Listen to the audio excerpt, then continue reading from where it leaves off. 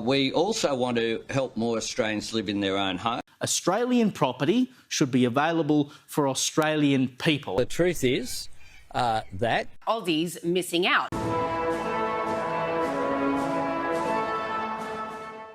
we are the party of the great Australian dream,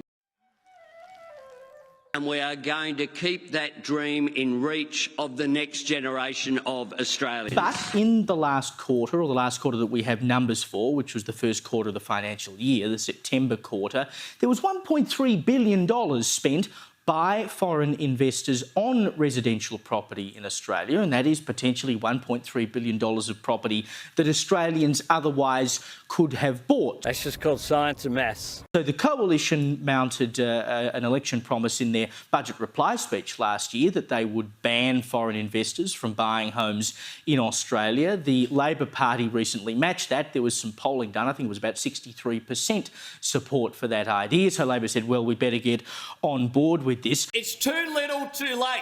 And today I'll make this point.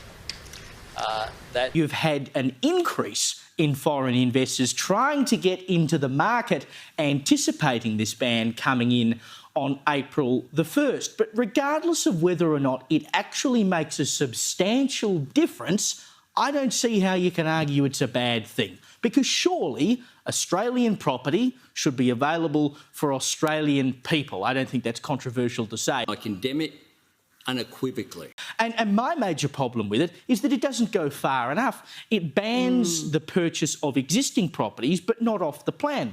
So if you're a Chinese investor, and we often talk about Chinese investors. I don't trust the Chinese, not one bit. We often talk about Chinese investors because they make up at least half of the people spending money in this country. But there are people from other countries investing in Australia too. But why should you be able to come in with all your money and buy 30 apartments off the plan and then say, well, I'm going to put them up for rent, when they're apartments that a first home buyer potentially could have snapped up? But how are you as a first home buyer going to compete with Richie Rich sitting over in China who can buy the whole damn building? And I'm sick of this Labor Party, this Labor government do these deals with China. As a Prime Minister, I earn a good income. I understand that. I understand that I've been Richie Rich sitting over in China who can buy the whole damn building. Especially when most sales are by auction nowadays, especially if you're anywhere on the East Coast. It's auction, auction, auction. So richest man wins. And guess what? Foreign investors are extremely wealthy. Of course, I am extremely wealthy. It's a good thing that I'm extremely wealthy. And I don't want to see that diminished. So you're quite right, Aussies missing out. But why is this ban only for 2 years? Runs out in March 2025. Then they'll review it. Not good at, yeah, then they'll review it. But this is a national good, just to ban it outright. Why does it only include new homes, as you've rightly asked, Caleb? And why is it not immediate? I would have thought it would have been very important for him to at least put on his social media pages as a minimum, but he was too busy trying to have a shot at it. I was on several websites today and they're all saying, great, now we've seen this massive uptick in foreign buyers who are trying to get on the gravy train before the door slams shut on April the 1st. It should have been immediate, if you ask me. What would we have missed out on by making it immediate? Absolutely nothing, except for less foreign investors snapping up properties that should be going into Aussie hands. It's that clear. And let's not forget, even though this may not make much of a difference, won't even put a dent in the housing crisis, heck, it's a step in the right direction.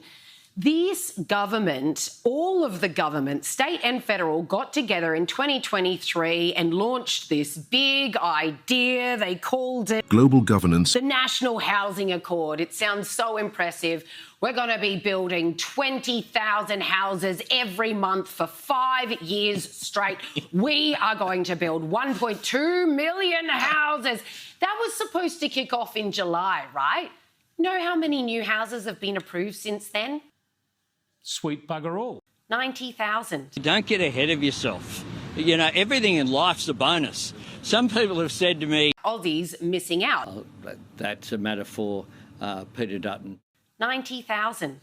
We are not putting a dent in it. They get together, they make these amazing announcements, and don't deliver on it. In fact, put nothing in place in order to ensure that it was even possible. This is going to be the same. It's in the lead up to an election. It sounds like a very good headline, but it's temporary. It doesn't cover off on new homes. So what about all the new homes that are being built during that time? They're totally open to foreign investors. What's the use of even bulking up our supply, which we're not doing, but for argument's sake, let's say we were, when the foreign investors can get their mitts on it first? My mother dreamt of a better life for me, and I hope that my journey in life inspires foreign investors to reach for the stars. Anthony Albanese is the proud new owner of a Central Coast beach house worth more than $4 million in the middle of a housing crisis. Well, Australia's housing crisis is reaching new lows. The situation's so bad, a camp of tents and people living in cars has emerged in Anthony Albanese's own Sydney electorate. These are the shots from inside that electorate this morning. This is a pain being felt nationwide. There is no doubt about that, with rising rents forcing more and more people out of safe housing. And that's something that I'm very proud of my party for having created. What is there to be proud of? It's an example that this government just isn't up to it. And we need a better government.